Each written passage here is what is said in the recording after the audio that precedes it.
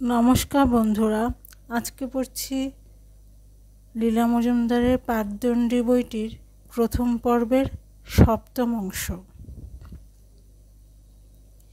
দিদিমার বসবার ঘরে একটা চারকোনা জিনিস ছিল, তাতে হয়তো 100-150 রঙিন মাথাওয়ালা পিন গোজা থাকত। দিদিমা সেটি নামিয়ে দিয়েছিলেন। একটা কাঁচের গোল কাগজ চাপা ছিল, সেটার ভেতর ছোট্ট একটা বাড়ি দেখা যেত, তার পাশে একটা ন্যাড়া গাছ। কাগজ চাপাটাকে ঝাঁকালে কাঁচের গোলাটার ভেতর একরাশি সাদা বরফের কুচির মতো কি যেন উঠত। এসব দেখে দিদি পর্যন্ত কান্না ভুলে গেছিল। মনে হয় সেই জন্যই দিদিমা তার বাড়ির যা কিছু সুন্দর এবং ভঙ্গুর জিনিস ছিল সব আমাদের নামিয়ে দিয়েছিলেন। দিদিমা ওখানকার মেয়েদের মিডল ইংলিশ স্কুলে পড়াতেন, তাই দিয়েই বোধহয় ওর সংসার চলত। কি করে এত পারতেন জানি না। এখন ভাবি কেমন মানুষ ছিলেন এরা সবাই। অনাত্মীয় পরের দিদিমা সেজে লেপের তলায় জায়গা করে দিতেন, ভালো জিনিস সব নামিয়ে দিতেন, হয়তো ভাড়ারে কখনো চাবি দিতেন না। আমরা তাকে কখনো কিছু দিয়েছি বলে মনে পড়ে না। মা ডাকতেন মাসিমা বলে। নিজের মাকে মায়ের বিশেষ মনে পড়তো না। সময় অসময়ে দিদিমার কাছে ছুটে যেতেন। দিদিমার বড় মেয়ে সুবর্ণ মাসির সঙ্গে ডক্টর সুন্দরী মোহন দাসের ছেলের বিয়ে হয়েছিল। মেজ মেয়ে লাবণ্য মাসির সঙ্গে কর্নেল মনীন্দ্র দাসের বিয়ে হয়েছিল। ভারী চমৎকার চেহারা ছিল তার। সেজ মেয়ে আশা মাসির সঙ্গে ডক্টর মৃগেন্দ্রলাল মিত্রের বড় ছেলের বিয়ে হয়েছিল। কিন্তু দিদিমা ছিলেন অন্য জগতের মানুষ। একদিকে গোড়া ব্রাহ্ম আর অন্যদিকে সমুদ্রের মতো উদার। শিলংয়ের ব্রাহ্মদের সেকালের জীবন নিয়ে সুন্দর একখানি বইও লিখেছিলেন। বইটির নাম ভুলে গেছি। লেখিকার মতোই সরল, বলিষ্ঠ, অসংকোচ, সুন্দর লেখা। নিচে এসে আমাকে দিয়ে একখানা কিনিয়েছিলেন, সেই জন্য আমি ঋণী। আমার কোনো বই তাকে কোনো দিন দিয়েছি বলে মনে পড়ছে না। ওই যা বলছিলাম, 2 দিন ছিলাম দিদিমার বাড়িতে। বিকেলে কাকমি উবিনের সঙ্গে আমাদের বেড়াতে পাঠিয়ে দিয়ে দিদিমা মাকে দেখে আসতেন।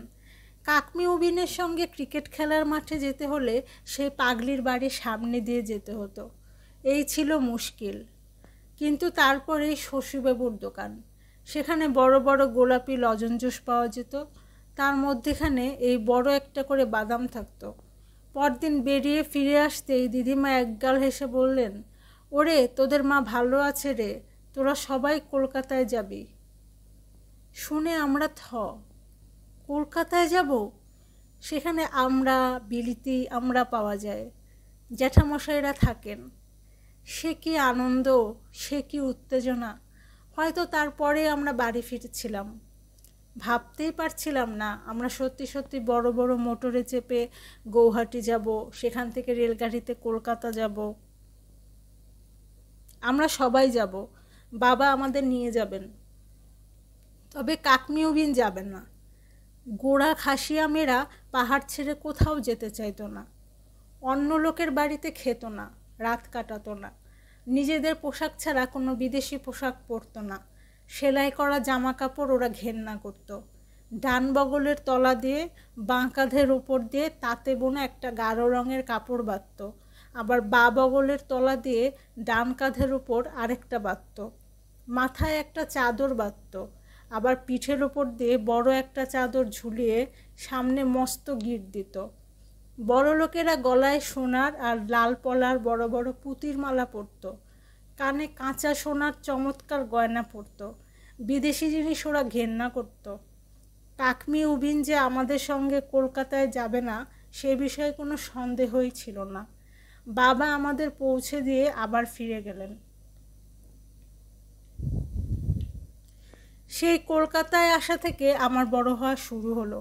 আমার মেজ জ্যাঠামশায়ের বাড়িতে উঠলাম 22 নম্বর সুকিয়া স্ট্রিটে। দোতলা একটা ভাড়া বাড়ি, সামনে রক, তারপরে ছাপাখানা। আমরা ঢুকতাম খিড়কি দৌড় দিয়ে একটা গলি পেরিয়ে, পিছন দিকের একটা বারান্দার পাশের সিঁড়ি দিয়ে। সিঁড়ির দেয়ালে উপেন্দ্র কিশোর নিজের হাতে চমৎকার নকশা এঁকেছিলেন। তাই দেখে বাড়িওয়ালা মহা খুশি হয়ে ভাড়া বাড়িয়ে দিয়েছিলেন। একথা পরে শুনেছিলাম। বলেছিল অত কম ভাড়ায় নকশা করা বাড়ি পাওয়া যায় না। ওই সিঁড়িটি অনেক সময় ফেলে দেওয়া হাফটোন ছবির নানা রঙের চকচকে প্রুফে ভরে থাকতো। আমরা মহানন্দে কুড়িয়ে আনতাম। তার কেমন একটা গন্ধ ছিল। এখনও কোনো ছাপাখানায় গেলে ওই রকম গন্ধ পাই, মন কেমন করে। নিচে প্রেস চলতো, তার একটানা ঝমঝম শব্দ কানে আসতো। মনে হতো বাড়িটা বুঝে দুলছে, যে কোনো সময় ডানা মেলে পাখির মতো উড়ে যাবে। সে বাড়ির রোমাঞ্চের কথা মুখে বলার সাধ্য নেই আমার। অথচ খুব যে একটা সাজানো গোছানো ছিল তাও নয়, তার দরকারও ছিল না। উপেন্দ্র কিশোর তার আশ্চর্য ব্যক্তিত্ব দিয়ে চারদিক ভরে রাখতেন। ওই বয়সেও বুঝতাম, ওই যে ফর্সা দাড়িওয়ালা লোকটি ছবি আঁকেন, বেহালা বাজান, হারমোনিয়ামের সঙ্গে গান করেন, ছাপাখানার লোকরা যেই লম্বা লম্বা কাগজ দিয়ে যায় অমনি হাতে একটা কলম নিয়ে বসে পড়েন। উনি একজন বিশেষ মানুষ, আর কেউ ওর মতো নয়।